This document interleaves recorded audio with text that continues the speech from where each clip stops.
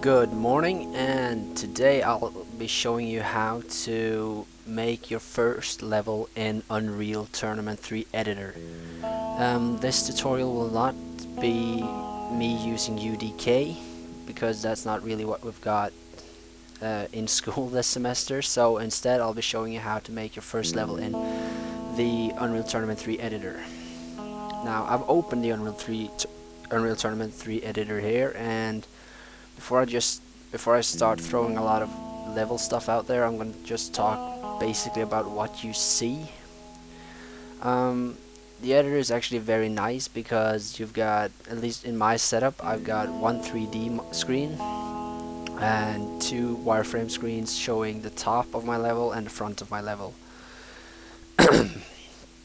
And basically the 3D screen is very useful when you're making or you're placing static meshes or other types of meshes, while the wireframe screens are a lot more important when you're actually building stuff. Now, first thing I'd like to talk to you about is how you start. What's nice to know is that you might want to click File and New, and then you'll get two types of geometry styles, whatever.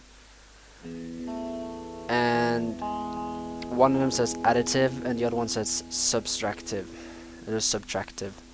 The main difference between these are if you use additive, which is the most common one today, instead of removing things from your level, imagine your level being one huge empty box. And additive means that you add elements to your levels, while subtractive basically just means that your box or your level is one huge pile of marble and you're chiseling out your level from the marble. Now you're going to select additive, click OK, there you go. Now, how would you like to start? The best part would probably be to go to your left, where you've got all these interesting shapes like cube, cone, cylinder, and different kinds of stairs and a dihedron sphere. These are called your builder brushes. These will be what you'll be using to actually make your first level. Now, I'm not going to go into depth on how to make a complex level in this first tutorial. I'll help you make a simple box level with a wall and a door into two different rooms, and in my next tutorial I'll show you how to place spawns and weapons and armor and all the good stuff, and meshes for that matter. Now, what I want you to do first is to right click the cube. You'll get a bunch of different informations. The X, the Y, and the Z is the size of your cube. We're going to do that manually later, so ignore them. I want you to click hollow and then build. Now what you can see is that your cube has, instead of one line going around everything, you've got two. This basically means that your cube will be hollow when you're making it. Now I want you to click space twice until you get to the small squares. Click, it does not matter which one, just click it and drag backwards until you've got a decent size cube. Now, this is not a level. This hasn't been filled in yet. So what you want to do now is to click on your left side. You'll see CSG add. Next to it, you've got CSG subtract. What I want you to click is CSG add. Now you can see it turned all black. This means this is actually a box now. You can't actually see the box because we've put everything on lit, up on your a bit below your tools bar, and this basically means that what you're seeing here is your cube with the amount of lights you've placed. And considering the fact that we haven't placed any lights yet, it's pretty black. So I want you to click on unlit next to it, and there you go. That's your cube. And because we chose to make it hollow, it is now hollow on the inside, so you can actually look around.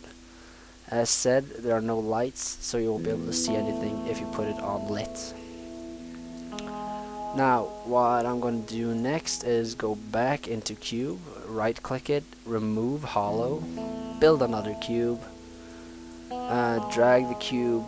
Now this is the nice part about having the wireframes, because you can see your entire cube there and you see exactly where the floor starts. Now look into the wireframe, drag it all the way to the top line, blue line, and then you're gonna go, it looks to just to see from the top view if it's centered, and it looks to be more or less centered. So the next part will then be to go up here above the 3D screen, and you're going to select the right one called non-uniform scaling widget. Click that, and as you can see, we got one green, one red, and one blue.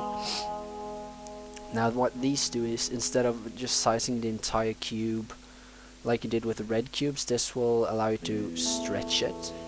That's what we're going to do, stretch it to the sides, as you can see. And then I want you to look at the blue one, and we're going to make it a bit taller. If it goes a bit outside, just click space until you get back to the arrows. And there you go. As usual, you're going to click CSG add, and there you go, that's your wall, your very first wall. Now what we want to do now is basically to make a doorway between the two rooms, so you can actually, so you'll be able to move from this room to the other room and back. As usual, now because you've already turned the red cube, or the red brush, cube brush, from hollow to non-hollow, so you can just click it again and it just snaps back. Now what I want you to do is to click the widget, scaling widget again, stretch it a bit so it sticks out on both sides. Let's just take a look if it's good enough. It's a bit high, so we'll pull it down to right about there, and then you'll click CSG subtract. What this will do is it will remove mass from what it's touching, so you can consider the red brush a shovel and your wall is the sand. Might be a good idea to put it a bit above, just like this, and then subtract. There you go. That's your very first okay looking door. I mean, if you really wanted to, you can make this look a lot better, but this is going to be a quick tutorial on how to get your first level started, so I'll go into that in depth in later tutorials.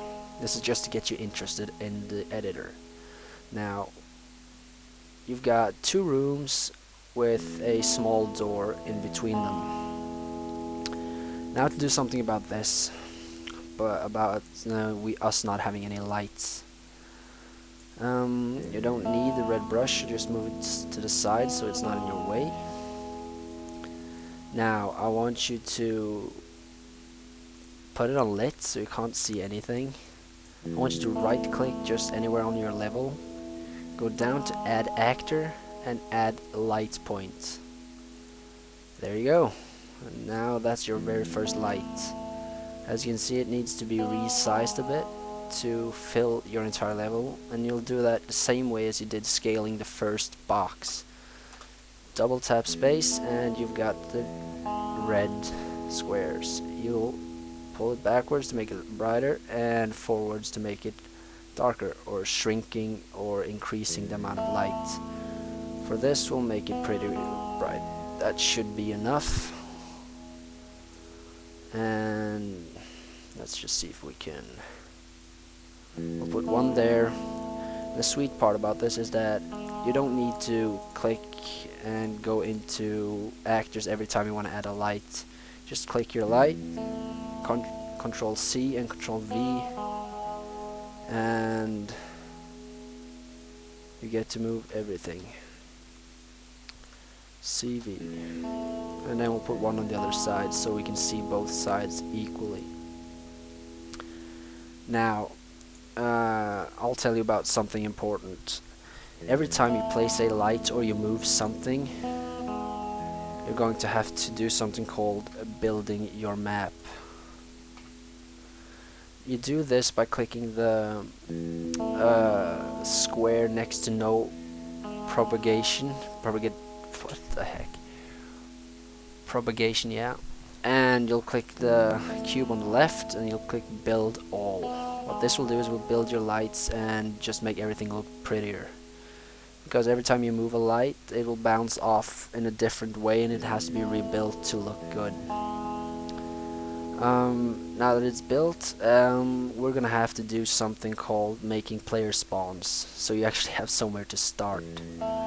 Without any starts, there wouldn't be much point in actually trying to play the game, because, well, nobody would spawn.